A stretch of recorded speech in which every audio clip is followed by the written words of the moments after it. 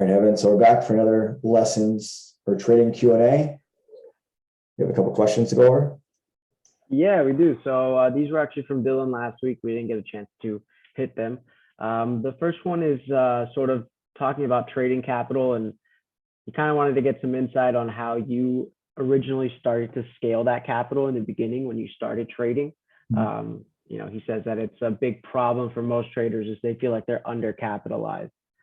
So I'd love to hear your thoughts on that. I think I think no matter what, you will always feel undercapitalized.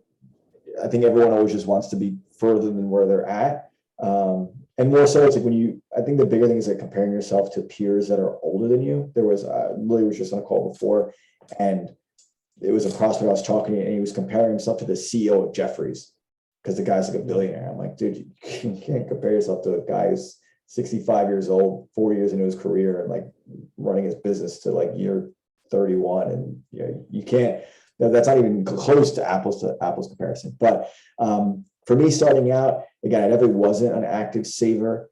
I was more like with most people where it's like, I need to save up this arbitrary amount of money, put it in, and it has to magically grow.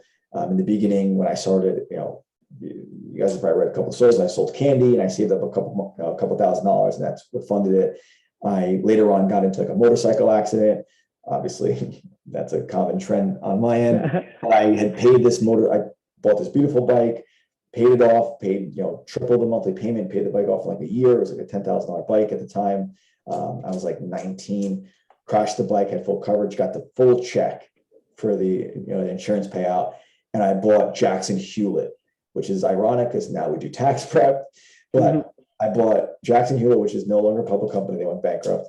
And my assumption was, or my research was, their third quarter's earnings or earnings after tax season was always their big quarter. And they would always gap up. So I'm like, I'm going to put this, $7,000 or $8,000 into Jackson Hewlett. We're going to gap up on earnings in July, and I'm going to make fucking $5,000. I'm going to buy another bike and then have this money in the trading account. They basically filed for bankruptcy on that earnings call, and the stock gapped down 90%. So not only did I crash the bike, that I paid off, that I totaled it, had a bum leg, and I cuts everywhere. Money was gone in one earnings call, and I was kind of back to square one. But I think with most newer people, that's that common thought. If I have to save up to some arbitrary amount, fund the account, and it's going to magically grow like water, when it's really, especially now that there's no cost to trade, there's no account minimums. You could have $10 in your account or 1,000. It makes no difference. Obviously, the amount you're going to make it will matter, but there's no barriers of entry. So biggest thing really is just consistent savings, no matter how insignificant it is. $1 a week is far more important than saving nothing. So that, I think, was the biggest thing for me, and it took me many years, but I really didn't fully grasp that concept probably until I graduated college and really started to become a financial advisor, that I really grasped that concept. And also even with reading, I never really read that much until after college, and I picked up that hobby. And those are two big things, that it's like very tiny increments. If I could read one page a day or save $1 a day, those little things are going to add up, and they just create good habits. And the account, no matter what the value is, it's always going to seem small to you, but you have to just appreciate that that's whatever you have in your account is exactly how much you should have at that exact moment, because whatever you've done for good or worse, that's your end result. And it shouldn't be like if I got $5,000, I want to have 10, because guess what? When you get to 10, you're going to want 20. And if you constantly go through that feeling of like you're always behind, you're never going to enjoy it. And I've seen that on the furthest extent as an advisor, where there was a guy who had he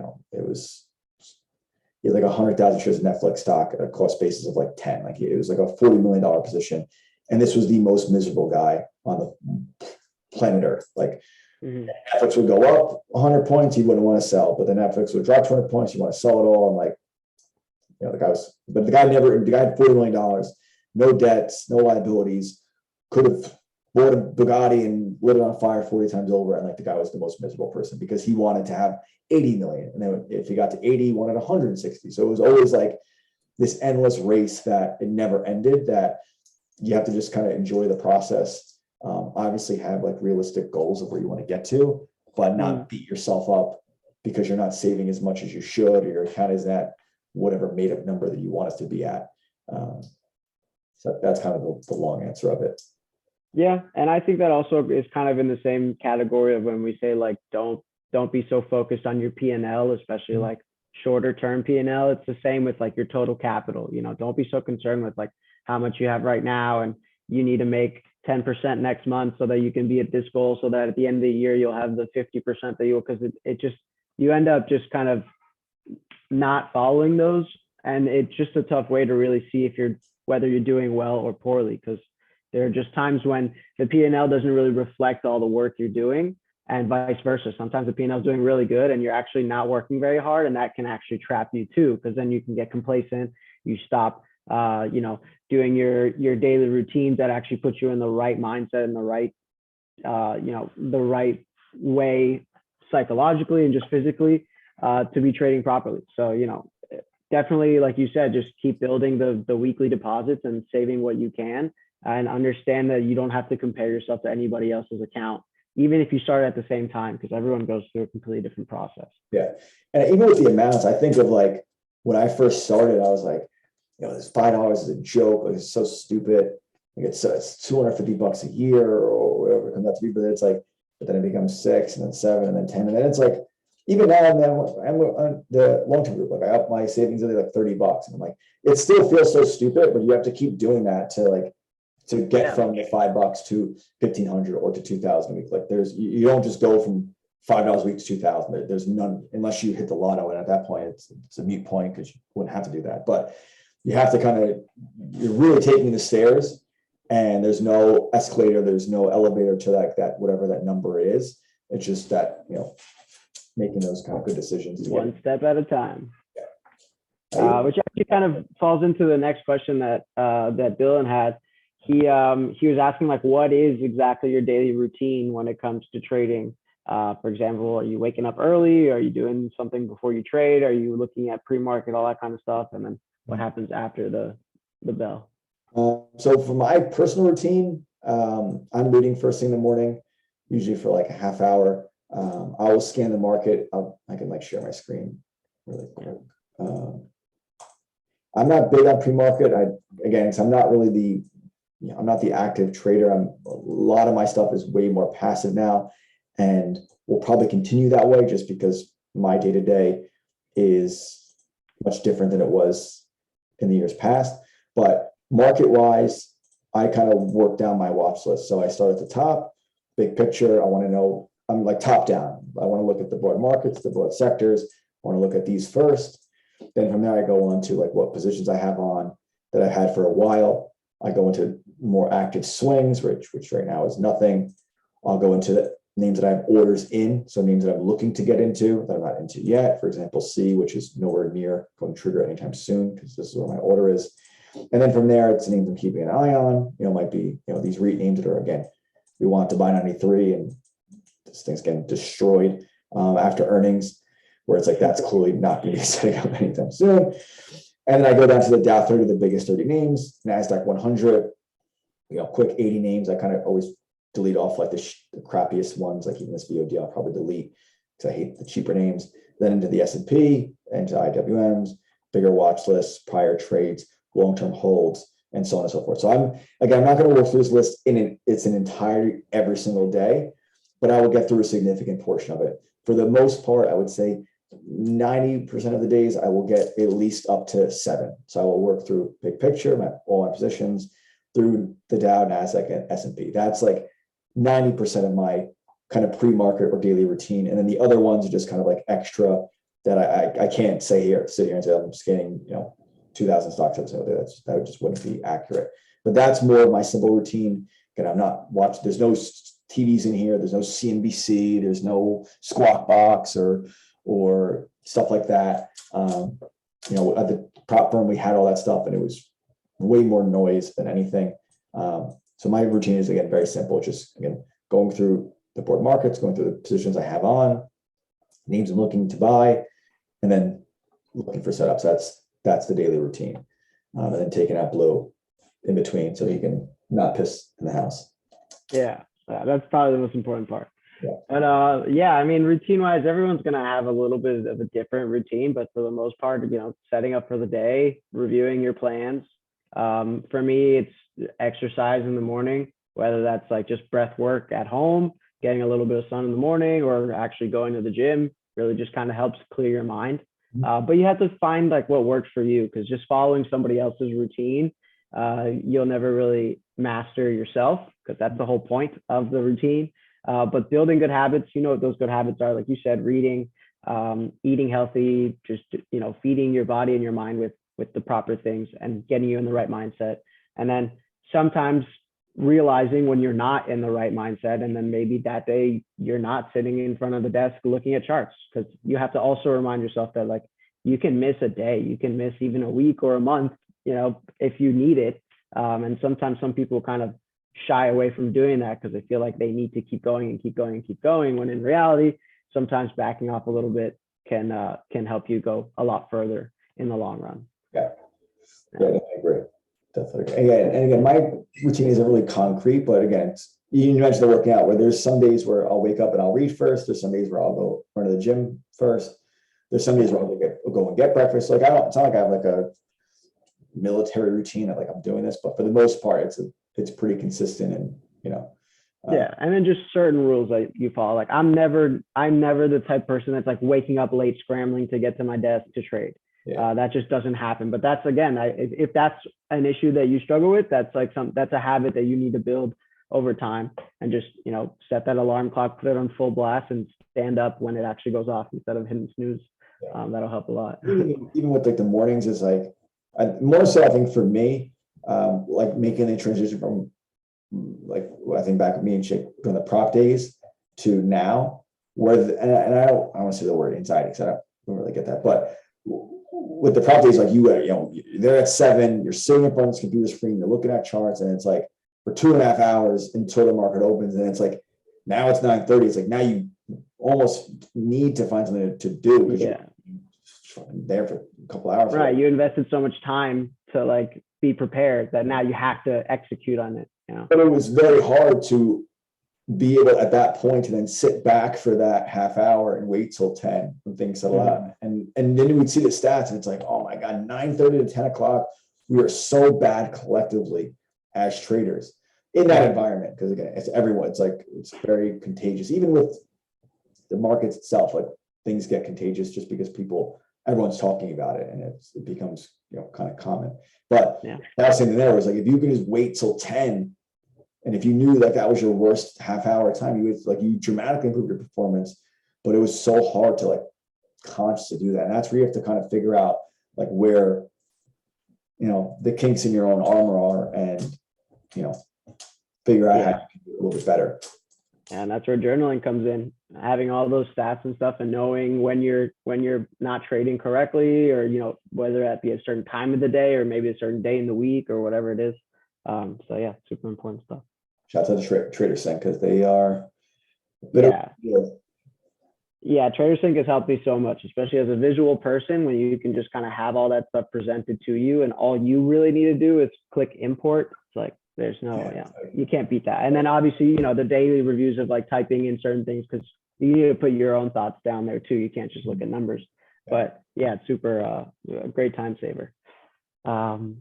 Then we're going into this long-term question actually that you wanted to go over. Will had mentioned, he has about like 4K left to pay off on his car at a rate of, I think it was 4.2%. So he was basically asking, it's like, should I just go ahead and pay this off, or should I put that $4,000 into the markets and let this, my long-term investing kind of pay that off over time? I think he pays $120 a month for the loan itself. Yeah. So that we went to take a little bit more of a discussion long-term on that, but there's never going to be like a right or wrong answer. It's a kind of personal preference. So like for him, 4% interest rate, it's such a small amount of money, like $4,000. We're talking $160 a year in interest. Divided that into 12 months, it's $10 a month in interest. It's so insignificant. If that was like student loans and it was $400,000 student loans at 4%, it's a way different discussion, because now that interest is $16,000 a year. It's $1,000 a month in interest, and it's like damn, you're screwed there. Like you got to figure that out. You got to get that figured out first before you start investing, because that interest is just going to compound. But since it was such a smaller sum, the interest was so insignificant. For me, like a peace of mind, like getting rid of the debt, I would rather just get rid of it, because I would just, my cars I own, the bikes I own, except for the obviously the house, but like I always just want to like own this thing. I hate having to like owe money to people. That's my personal preference. Where like for me, I probably would have just paid the car off and been done with it and had the title and then just kind of restarted. But for him, that might not be he might not care that much. It's like $100 payment, who cares? And if that's the case, then that money in the market will probably do better off in the long run than that savings and interest. And that's I can relate on like a tax standpoint. So our accountant, Skinner, always wanted us to do quarterlies, because if you don't pay quarters, you pay a penalty to the IRS. It's like 2% of whatever the amount is a year. And him as a tax person is like, this penalty is completely avoidable. And 99% of people pay quarterlies to avoid that penalty. And I'm like, I get it. For those people, it makes a ton of sense. Most people aren't the best savers, and most people aren't trying to activate their money on a day-to-day basis. But we're pretty good savers, and we're not going to get shaken out of the market, and we have a simple plan. So on my end, it's like, if I can invest this money over the year, if I can't make more than 2% on this money, I should not be doing what I'm doing. But if I can make more than 2% of the money, then I can gladly pay the penalty, pay the 2% penalty. I don't care about the penalty, but I can make the difference and then pay it. So for last year, for example, we put the money in the big picture every single week. The amount that we would have paid for taxes quarterly, we've just invested in the long term. The market increased by 22%. We cashed it out at the end of the year, which honestly, ironically, couldn't have really been better, because we literally, let me show this screen. So we pretty much, like, our tax money in this example, we bought the whole year. Market went up 22%. We cashed out like right here. Hindsight, it's like, couldn't have done it better. So okay, we made 20 net. We made 20%. Pay the 2% penalty, no big deal. Now this year, a little bit different. Maybe we do pay quarterly this year, but this year we're still not going to pay quarterly. But that, like, for us, this plan made more sense for us, and where for him, again, if he did the same example this past year for 2021, he would have paid 4% in interest on that 4,000, but he would have made 22% on that same 4,000 in the market, and he's up, $1,000 almost 18%. Okay. Yeah. And that's as long as that equation makes sense, then keep paying, pay them. Even for me, like, all right, pay biweekly, pay $60 biweekly to kind of help increase it, or pay a little bit more than the extra. But those are things when it's like there's such small sums that the cost savings are so insignificant. It's when the debt is much greater, mortgage or a car, student loans, or not a car, like a bigger car loan, that you can really save a lot on the interest by making the additional payments over the minimum or the more frequent payments. But for him, keeping it simple, status quo, pay the $120 a month for the next couple of years until it's paid off, and then continue to drive the car after that for free, is probably the biggest factor. Most people, they pay off a car if they're lucky, and they go back and trade it in and buy a new one. They set the process over. So if he could pay the car off and then drive that car into the ground until literally the wheels fall off, then he could take that extra $120 a month and put it, into the market and save even more. And even going back to like Dylan's question, like for me, I haven't had a car payment in 5 years. So, I was paying, whatever, $1,000 a month when I bought my car. I paid it off, in less than a year. It was like a 5-year car note. I paid off in a year. And then for the last 5 or so years, I haven't had a car payment. So what I was paying, that can just go right to savings on top of everything else. So you can get rid of a lot of those monthly payments, but then just divert it elsewhere. So, like on tires, and paint. That tire was $45. That was, I gave the girl $200, but that was a good deal. But it was the power steering. The pump was broken.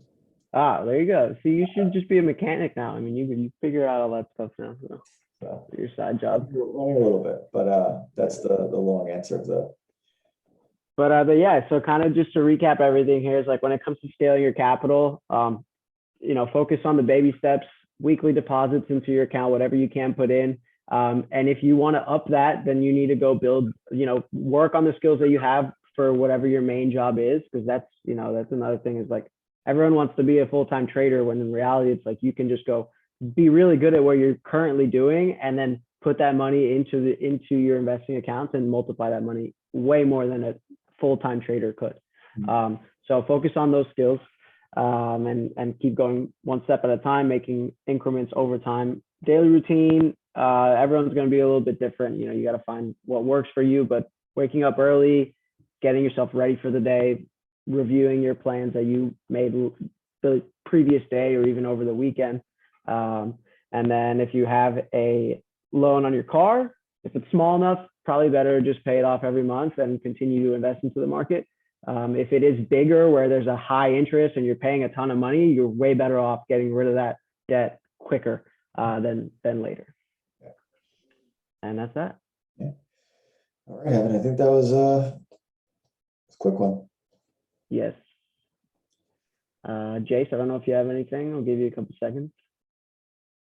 Looks like he's just here to listen. I think we're good. All right, Jace. Well, thanks for joining us, buddy. All right. See you guys. See you, buddy.